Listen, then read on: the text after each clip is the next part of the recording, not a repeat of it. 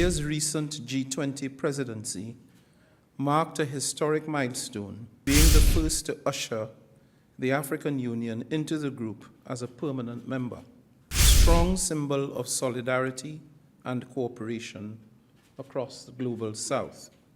India, home to 1/6 of humanity, plays an unparalleled role in our global mission for a better, more sustainable world.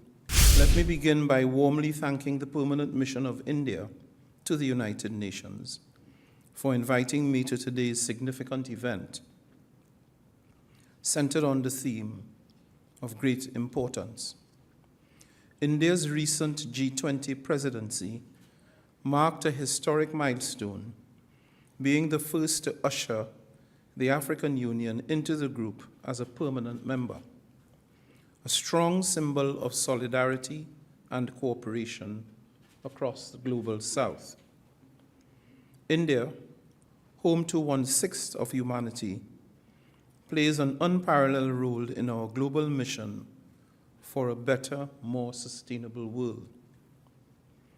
Colleagues, India's legacy of contributions serves as a guiding light, encompassing endeavors such as championing democracy, promoting women-led development, and being among the pioneers in adopting the UN's global goals.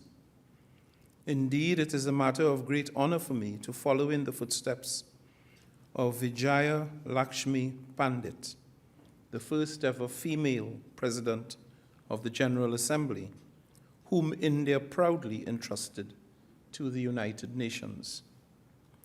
Excellencies, our enduring partnership from the UN's heart to India's remotest villages serves as an inspiration to the global South. Today's event echoes the messages of the G20. Vasudhaiva I'm determined to say this correctly. I practiced. Vasudhaiva Kutumbakam.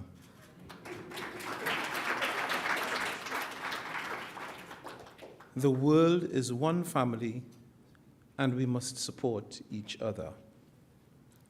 Throughout this week, we discussed global crises and agreed that we must bridge gaps between commitments to the Sustainable Development Agenda and its implementation.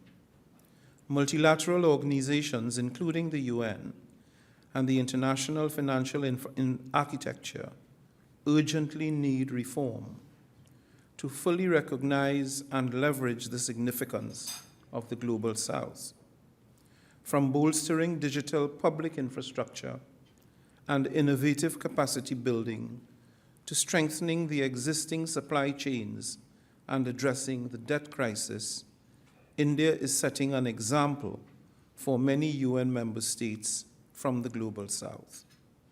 Indeed, India's recent lunar mission, landing on the moon's south pole, showcases the power of science and technology and what can be achieved when all countries have access to them.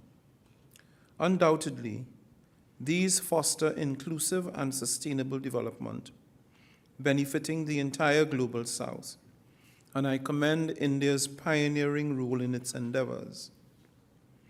Excellencies, this session, we will see several pivotal events on the UN Sustainable Development Calendar that bear profound impact on the global South, including high-level meetings in the General Assembly, as well as the 4th SIDS Conference, the 3rd Landlocked Developing Countries Conference, and the global stocktake of the Paris Agreement at COP28. Cooperation is indispensable in realizing the transformation we aspire to achieve. The discussions to be held today regarding the Global South UN partnership and the exchange of best practices will certainly prove illuminating for all of us, and I'm eager to hear your insights.